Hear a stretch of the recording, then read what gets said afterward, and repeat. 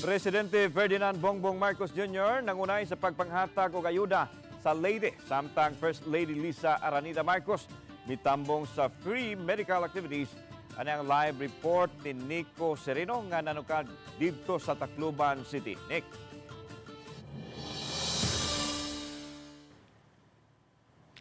Yes, Lan, human siya pagbisita sa mga probinsya sa Central Visayas sa miaging simana.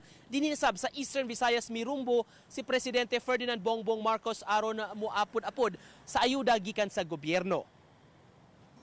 Dinhi sa lungsod sa Palo sa ilang convention center pasado las 3 karong hapon mainiton ang pagsugat sa mga Leyteño sa pag-abot sa presidente. Gisugat siya sa mga local officials nga miabi-abi kaniya, pinanguluhan ni Speaker Martin Romualdez ug mga local officials gikan sa mga lalawigan sa Leyte, Southern Leyte ingon man sa probinsya sa Biliran.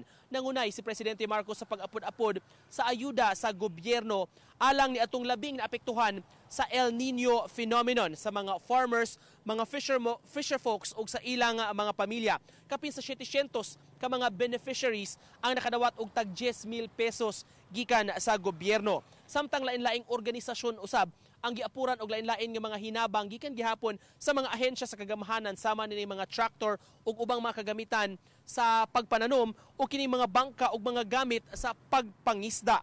May mga organisasyon sab nga nakadawat og ayuda gikan sa TESDA, sa DTI, sa Department of Agriculture ug sa uban pa nga mga ahensya. Matud sa presidente, tinguha sa gobyerno nga masuportaan gyud ang sektor sa agrikultura sanglit sila man sa ilang pagpaningkamot ang nakapakaon kanatong tanan sa katawhan.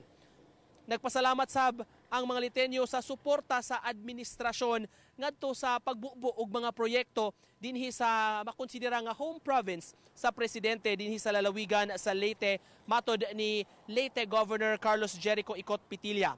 Samtang kaganihang buntag usablan sa wa pa ning programa nga gihimo sa lungsod sa Palo, kaganihang buntag doon na sa medical mission nga gilusad ang opisina ni First Lady Liza Araneta Marcos dito sa Dakbayan sa Tacloban. Gitawag nga Lab for All kining programa sa iyong opisina. Kakatambayayong sab ang lain-lain nga mga organisasyon, lain-lain nga mga departamento sa gobyerno aron mohatag og mga serbisyo, partikular kining serbisyong medikal alang sa mga residente.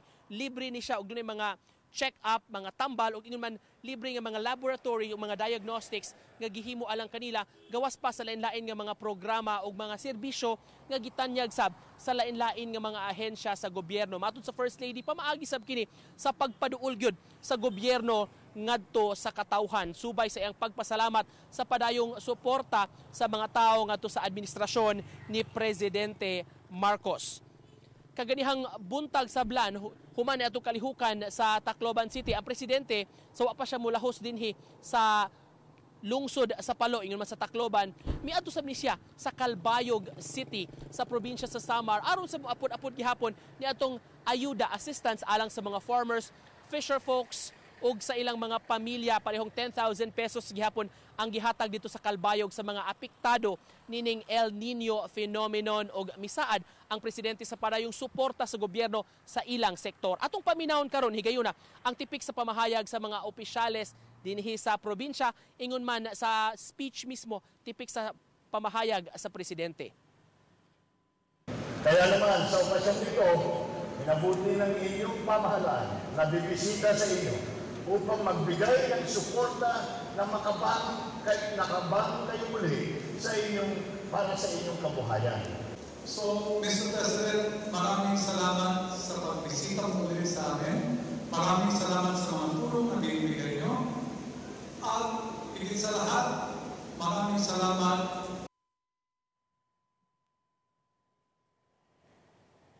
Matod sa Malacañang magpadayon kining gitawag nila nga whole of government approach sa pagpadangat sa lain-lain nga mga serbisyo but pasabot magtambayayong ang lain-lain nga mga departamento ug mga ahensya aron nga mapahatod ang ilang serbisyo unsa may matabang nila ngadto sa katawhan. Subay sab sa pagpanawagan sa presidente sa padayon nga kooperasyon sa tanan sa pagsulbad sa lain-lain nga mga suliran ug mga concerns kag itubang sa komunidad. Mo kanang latest lan gikan dinhi sa tunay himutangan sa Tacloban City sa Leyte.